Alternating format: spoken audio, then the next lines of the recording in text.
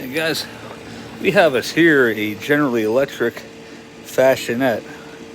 Ironically enough, my neighbor right across the street has a hot point version through the wall right now. Being said, it's pretty quiet. It doesn't have a lot of airflow, but man, is it blowing ice cold. I have no doubt this guy would freeze a room out effortlessly.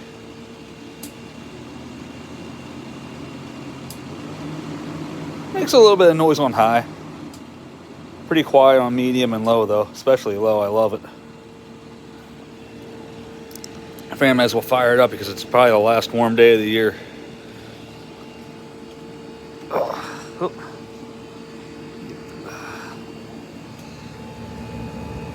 It's a 6,000 BTU model, 860 watts, 7.5 amps. That's about a 8.5, 9 energy efficiency rating, so not too horrible. Like I said, these things do draw significantly less than a nameplate rating once they build head pressure. That's worst case scenario. So the air intake's under here and right here, and it blows out the top. It's not the model with the circular vents, but that's okay. It doesn't have to be. It does have directional louvers though, which I don't know if all of them had that or not. I want to get to that one next. That one's special.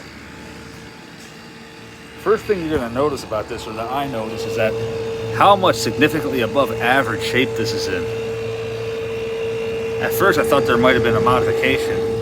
I see some light through the bottom here. You can't really see it with the flash, but apparently there's a factory drain hole, and I'll get to that. But if you look, there's no cancer. You got a little bit slightly there. Coils are extremely clean. Usually these are all clogged with shit from like leaves. If these were ever on a property with a pine tree, it's a nightmare because the pine needles all get stuck in the spine coil fins. Yeah, this side's pretty clean. It's got a little bit of rust here, but nothing crazy. You can tell it's not heavily damaged. And all the plastic Lexan models, other than the Carry Cool, suffer from this. So it's a steel chassis that sits in literally an inch deep of water.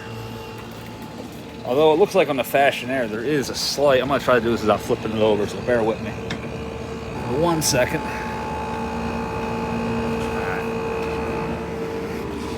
They did make a little bit of an error, put a drain hole, but again, that's at least half an inch deep.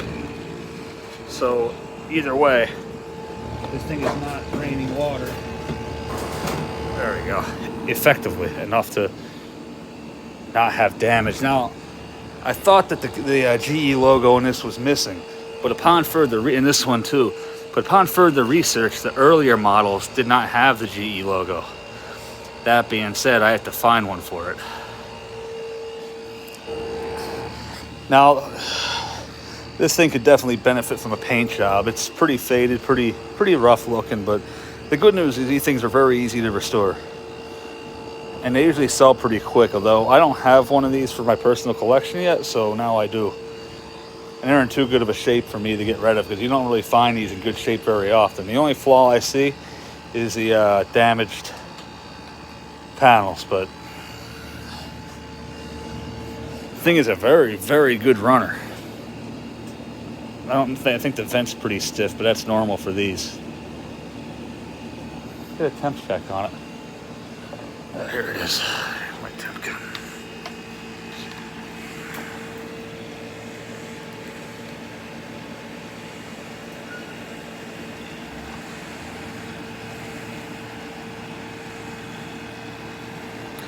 Now, granted, it's probably about 75 out here. Maybe 70.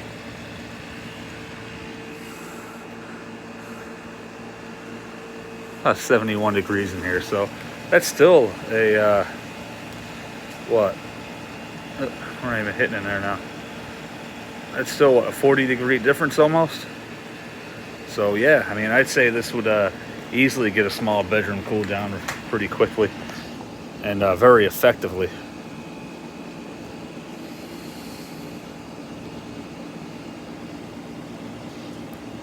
Rotary compressor, but that's okay. Do not let that be a game changer for these, because the General Electric rotary compressors were fantastic, and I'm pretty sure Ken Horan, if he's watching, will gladly attest to that.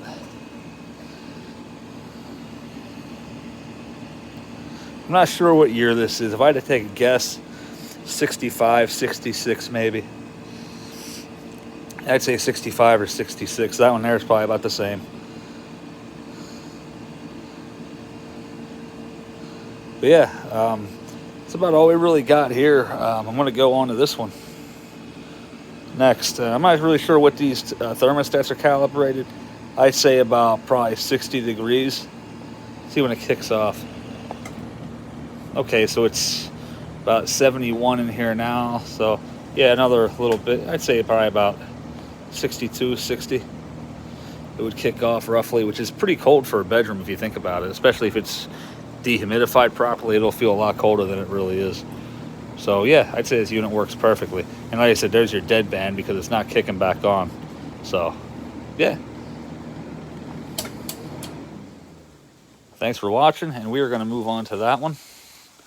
And I don't think I did this one yet. Or that one. This one here needs some work.